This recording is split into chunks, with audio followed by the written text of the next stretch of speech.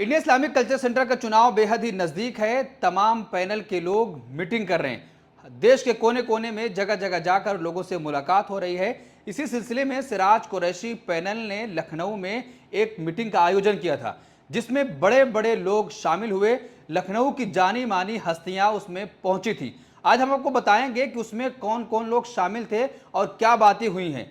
सबसे बड़ा नाम जो था, खालिद रशीद फिरंगी महली साहब आए हुए थे और उन्होंने साफ तौर पर कहा कि कई सारे पैनल हैं, लेकिन आपको ये अंदाज़ा लगाना होगा कि सबसे बेहतरीन पैनल आपके लिए कौन है।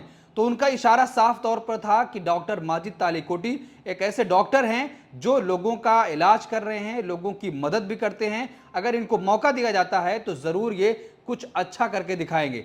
और उसके अलावा मधुकर जेटली साहब भी आए हुए थे, जिन्होंने लोगों से अपील करी कि आप एक ऐसे पैनल का चुनाव करें जो इस्लामिक सेंटर के लिए बेहतर हो। उसके अलावा रिजवान साहब थे जो एक्स डीजीपी हैं, वो भी आए थे और उन्होंने भी बातचीत करी, मेंबरों से बातचीत करी और मेंबरों से वायदा लिया और उनसे भरोसा दिलाया कि अगर ये पैनल जीत कर आता है तो आपके लिए बेहतर काम करेगा, कम्युनिटी के लिए बेहतर काम यहाँ से हो सकता है। इसी तरह अम्मार साहब थे, इसी तरीके से जयंत साहब आए हुए थे। ख्वाजा मोइनुद्दीन चिश्ती यूनिवर्सिटी के वाइस चांसलर और एक्स वाइस चांसलर भी इस प्रोग्राम में मौजूद थे। तो कुल मिलाकर लखनऊ की जानी मानी हस्तियां यहां पर मौजूद थी, बड़े बड़े लोग यहां पर आए हुए थे। लेकिन अब आखिरी फैसला मेंबरों को करना है कि मेंबर किस पर भरोसा करते हैं। तमाम बातें वहां पर हुई। डॉक्टर माजिद का शानदार भाषण हुआ है, जिस तरीके से लगातार वो लोगों को ये भरोसा दिलाने में कामयाब हो रहे हैं कि अगर आप हमें जिताते हैं, क्योंकि डॉक्टर माजिद हर प्रोग्राम में ये कह रहे हैं कि मैं यहाँ पर लेने नहीं आया हूँ बल्कि देने आया हूँ। हमेशा से अल्लाह ने मुझे ऐसा बनाया है कि मैं लोगों की मदद करते आया हूँ। फ्री में कई लोगों का वो इलाज भी करते हैं, क्योंकि इस प्रोग्राम में कुछ ऐसे लोग भी आए थे जिनका डॉक्टर माजिद ने कम पैसों में इलाज किया। मैं वो भी आपको दिखाऊंगा कि किस तरीके से वो मंच पर खड़े होकर डॉक्टर माजिद का शुक्रिया अदा कर रहे थे। उसको आप भी सुने। मैं सैयद इफ़्फ़त अली वारसी हूँ लखनऊ से। मेरे बहुत से लोगों का डॉक्टर माजिद तालीकोटी साहब ने बहुत अच्छे अच्छे ऑपरेशन किए और सब सक्सेसफुल हैं। और जितना भी मैंने जितने भी पैसे के लिए कहा, जो भी उनसे रिक्वेस्ट की, हर चीज़ को उन्होंने मेरी पूरी की।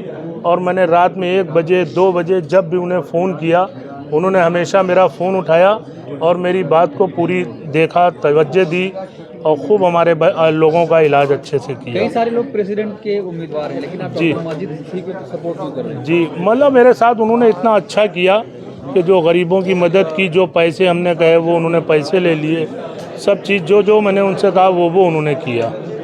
इसलिए मैं उनके लिए हर चीज़ के लिए हर वक्त पे खड़ा हूँ। क्या लगता है इंडियन इस्लामिक कल्चर सेंटर के लिए वो बहुत बेहतर रहेंगे इंशाल्लाह, और सबको ही अच्छा लगेगा, क्योंकि वो इस टाइप के हैं कि सबकी मदद करते हैं, सबकी मदद के लिए बहुत अच्छे से रहते हैं।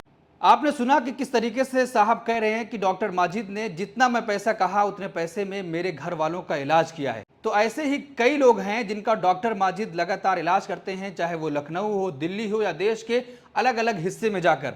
डॉक्टर माजिद ने एक सुदूर गांव में, झारखंड के बोकारो में 600 बेड का एक हॉस्पिटल भी बनाया है। पहले वादा था 100 बेड का बनाने का, लेकिन वो 600 बेड का बनकर तैयार हुआ है।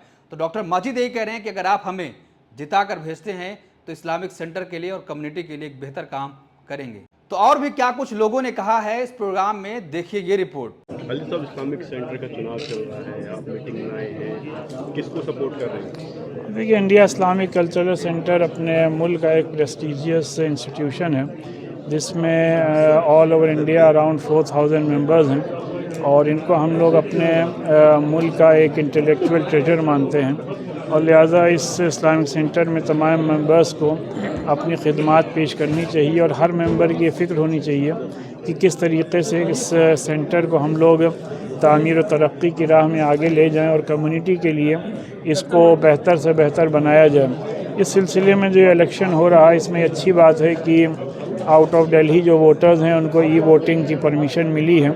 लिहाजा मेरी सबसे यही अपील है कि अपना वोट ज़रूर डालें, और वोट किसको डालें ये ज़ाहिर सी बात है सबकी अपनी मर्ज़ी है, क्योंकि ये सीक्रेट बैलेट होता है, लिहाजा उसकी सीक्रेसी ज़रूर मेंटेन रहनी चाहिए।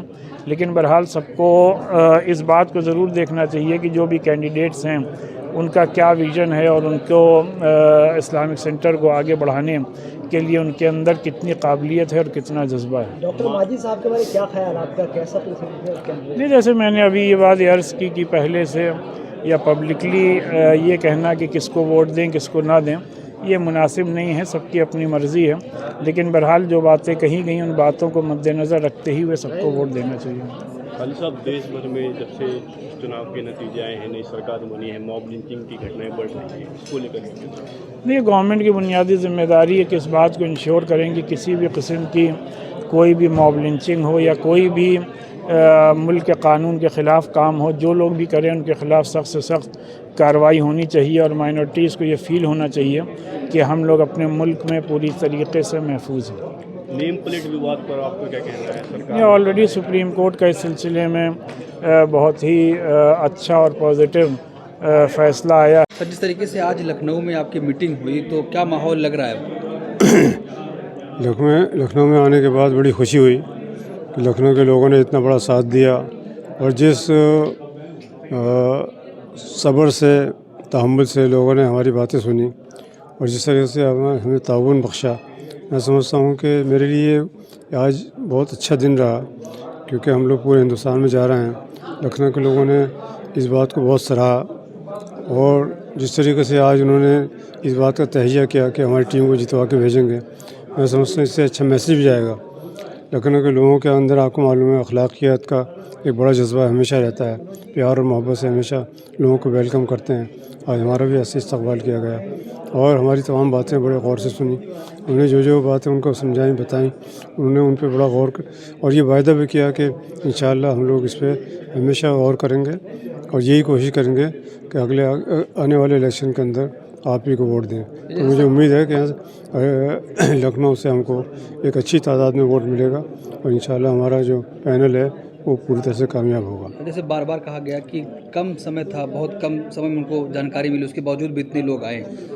बिल्कुल भी नहीं था, एक ही दिन का टाइम तो मिला सिर्फ। जी, कल ही सब लोगों को मैसेज आया, टेलीफोन पे बात की और आज इतनी तादाद में लोग आ गए।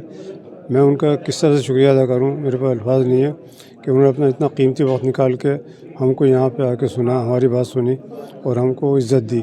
मैं समझता हूँ ये मैंने पूरे हिंदुस्तान के दौरे कर रहे हैं आजकल, लेकिन जैसे लखनऊ में आके माहौल देखा वैसा और कहीं माहौल नहीं था। अल्लाह का शुक्र है। तो क्या लग रहा है कि लखनऊ से पूरा समर्थन आपको मिल रहा है?